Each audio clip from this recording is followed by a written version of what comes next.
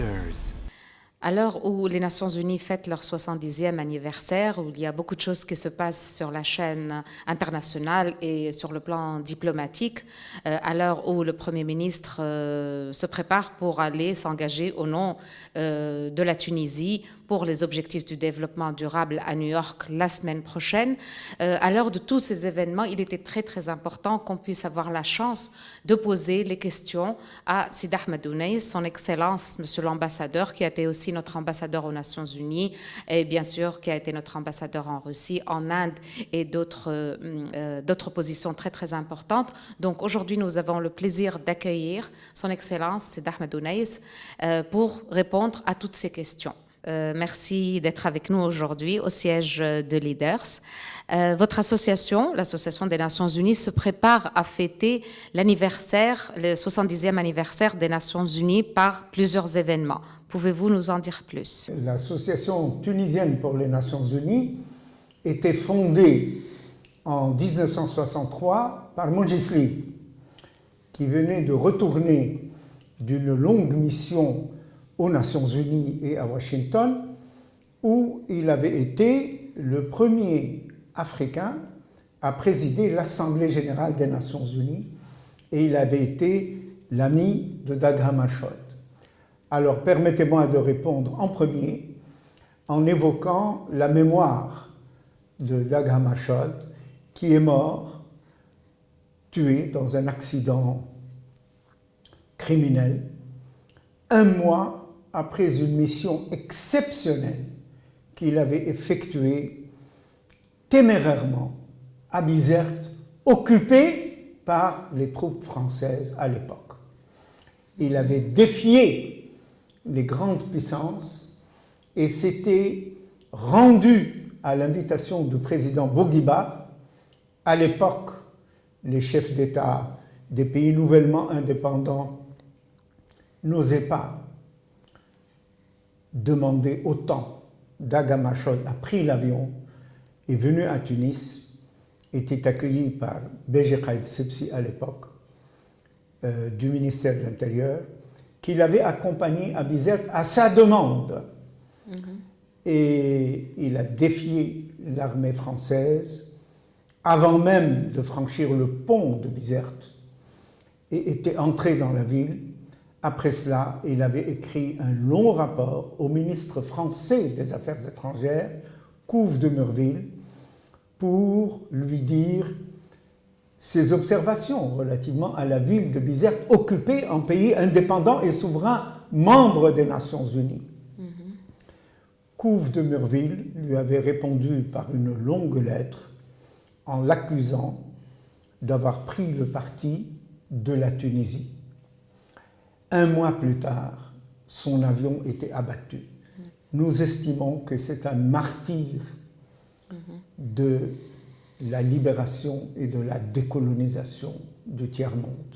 C'est ma première pensée. Je dois dire que dans la tradition de Montgisli, nous célébrons chaque année la journée des Nations Unies le 24 octobre et la journée des droits de l'homme le 10 décembre. Cette année, en raison des 70 ans des Nations Unies, nous organisons un programme en 4 étapes. D'abord, nous associons la jeunesse universitaire. Pour la première fois, 300 étudiants tunisiens se réuniront pendant 3 jours pour débattre de 9 grandes questions internationales en commission, suivant le modèle des Nations Unies, en ayant chaque étudiant, le rôle de représenter un des États membres dans sa commission et donc de débattre, d'évoluer vers la rédaction de résolutions, de débattre des résolutions et de les approuver. Et donc, la jeunesse universitaire tunisienne célèbre les 70 ans des Nations Unies pour la première fois et nous en sommes très fiers. Les trois autres points qui constituent l'essentiel de notre célébration seront répartis entre octobre et décembre. Une table ronde sur le thème maintien de la paix et construction de la paix. La table ronde sera organisée au ministère des Affaires étrangères sous la présidence de Taïeb Bakouche, le ministre des Affaires étrangères, et avec la participation d'un spécialiste de la question de la construction de la paix, qui est un collègue mauritanien, ancien ministre des Affaires étrangères, ancien représentant personnel du secrétaire général des Nations Unies et membre depuis janvier 2015 du groupe spécial chargé de réviser le système de construction de la paix. Donc, ce diplomate, Ahmadou Ould Abdallah, dirigera les débats sur le thème maintien de la paix et construction de la paix, à laquelle participeront des diplomates tunisiens, junior diplomates et professionnels, et nous-mêmes, membres de l'Association tunisienne pour les Nations Unies. L'après-midi du 23 octobre, deux Tunisiennes exceptionnelles présenteront les acquis des droits de l'homme au cours des 70 ans des Nations Unies. Nous estimons que l'acquis des droits de l'homme est la conquête substantielle de notre civilisation aujourd'hui grâce aux Nations Unies.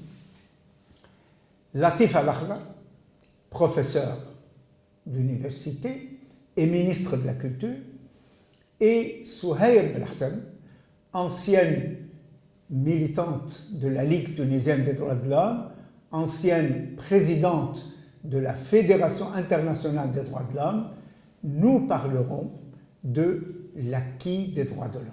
Sous l'angle de la normativité, les Nations Unies ont réalisé des définitions communes de chaque norme relative aux droits de l'homme par l'ensemble des pays membres des Nations Unies. Deuxièmement, Souhair Belhassan nous parlera de la mise en œuvre de ces normes qui sont entrées dans des conventions internationales, des traités, des pactes, des déclarations, etc. Il ne suffit pas que les pays membres souscrivent les pactes, les conventions et les traités. Il faut qu'ils les appliquent. Or, il y a un problème de respect des conventions, respect des traités. Et Souhair Belhassan est au cœur de cette problématique. Elle nous fera ce bilan. La dernière étape sera une conférence le 10 décembre sur le changement climatique. En écho à la conférence des Nations Unies qui se tiendra à Paris depuis le mois de novembre et qui se conclura après le 10 décembre. Nous, en Tunisie, nous donnerons notre définition du changement climatique et de sa portée relativement au développement durable, aux objectifs du millénaire post-2015 et relativement aux mesures que la Tunisie et les pays de la région, notamment en Méditerranée et en Afrique, nous devrons prendre pour nous situer dans l'orbite constructive et non pas dans la passivité et dans la soumission. Donc, nous estimons que ces trois thèmes illustrent ce que les Nations Unies ont réussi le mieux au cours des 70 ans. Ils ont évité une guerre mondiale, mais ils n'ont pas évité les guerres régionales. Néanmoins, on peut enregistrer l'acquis des droits de l'homme, le maintien de la paix et la construction de la paix, un sens commun de la destinée de la famille humaine, n'est-ce pas, qui est le développement durable, le changement climatique, l'environnement, la préservation des ressources naturelles pour les générations à venir, parce que nous croyons que parmi ce qu'il y a de mieux dans les droits de l'homme, c'est préserver les droits des générations futures.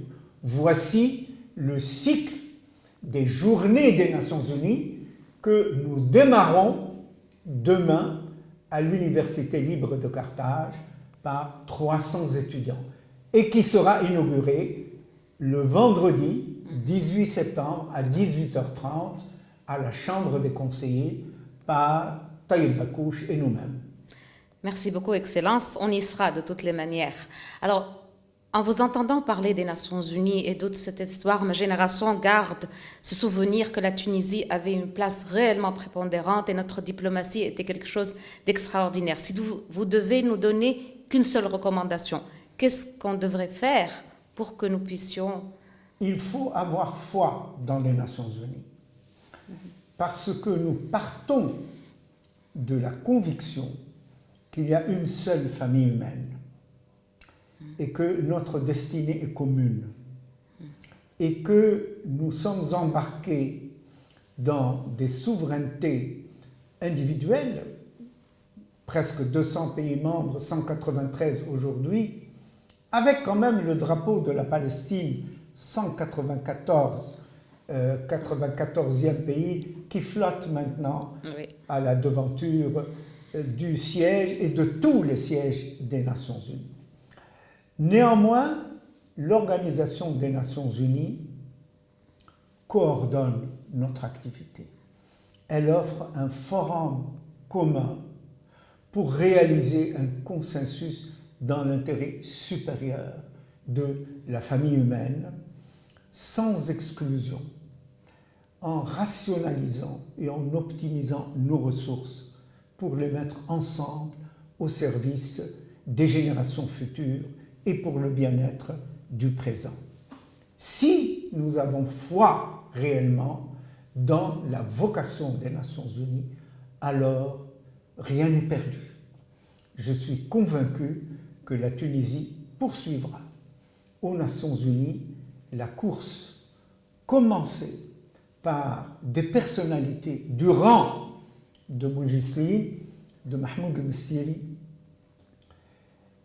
et du docteur Sadak Mqaddam, qui tous ont été membres de l'Association tunisienne pour les Nations Unies et qui ont tous défendu la Tunisie, petit pays, dans un contexte difficile avant même l'indépendance de l'Algérie, pendant la guerre de Suez de 1956, qui avons milité pour l'évacuation des forces étrangères de notre pays en payant un prix élevé en février 58, en juillet 61, mais toujours dans la solidarité des Nations Unies de notre côté.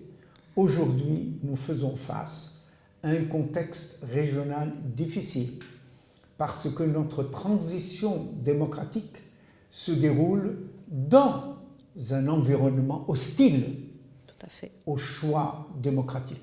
Néanmoins, les Nations Unies plaident en faveur de la chute des dictatures et de la promotion de la démocratie dans le monde.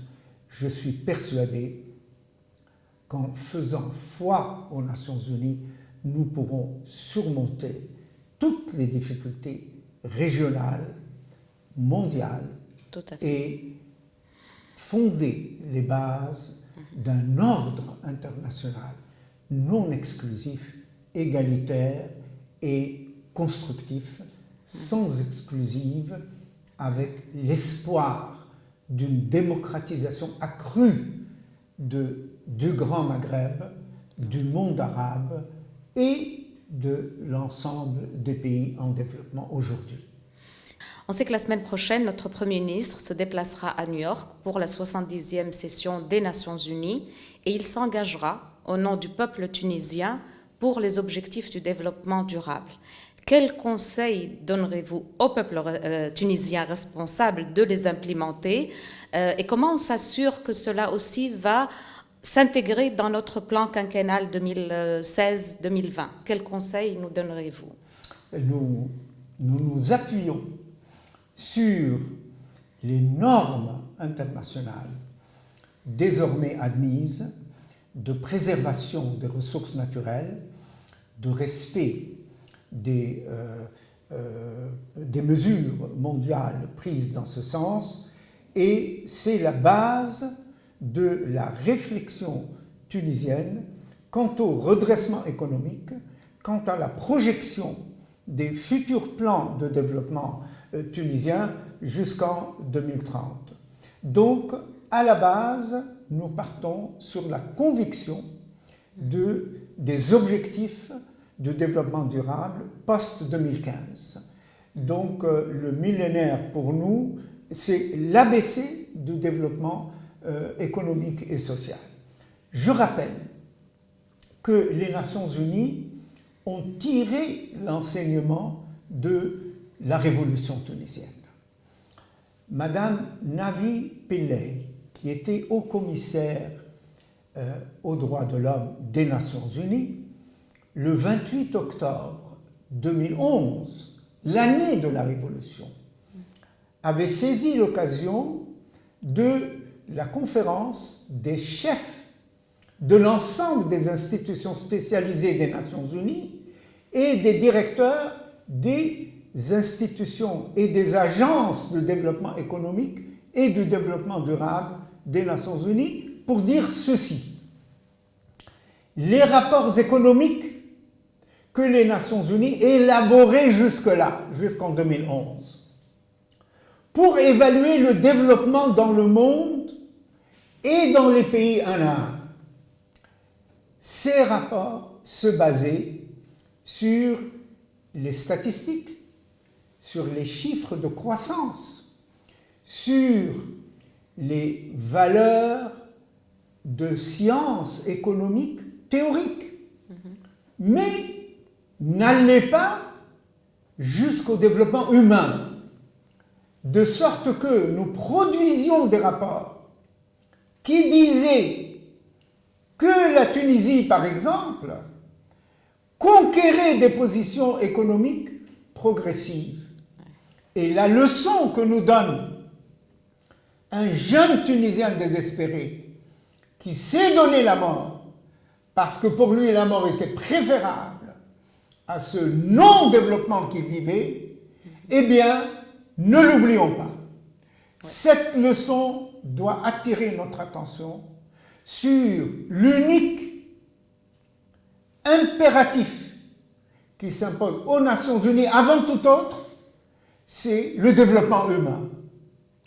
Et donc, cette relation entre la notion de développement économique et de développement humain doit devenir la base de notre raisonnement. Eh bien, toute la philosophie du développement durable est désormais basée là-dessus. Navi Pillay avait appelé cette conférence qu'elle avait donnée The Tunis Imperative, l'impératif tunisien pour le monde à partir de 2011. Eh bien, Habib Bessit a fort à faire pour enchaîner sur ce raisonnement afin de renouveler la conceptualisation du développement durable à l'avenir pour la fixation des objectifs du millénaire post-2015 en tant que porteur d'une révolution conceptuelle endossée par le haut-commissaire aux droits de l'homme des Nations Unies. Nous sommes à l'avant-garde. Tout à fait. La révolution nous remet dans l'avant-garde des pays en développement. Nous avons un message à transmettre. Le peuple tunisien le transmettra par la voix de Habib Bessit. Excellence, je vous remercie. Merci beaucoup. Merci.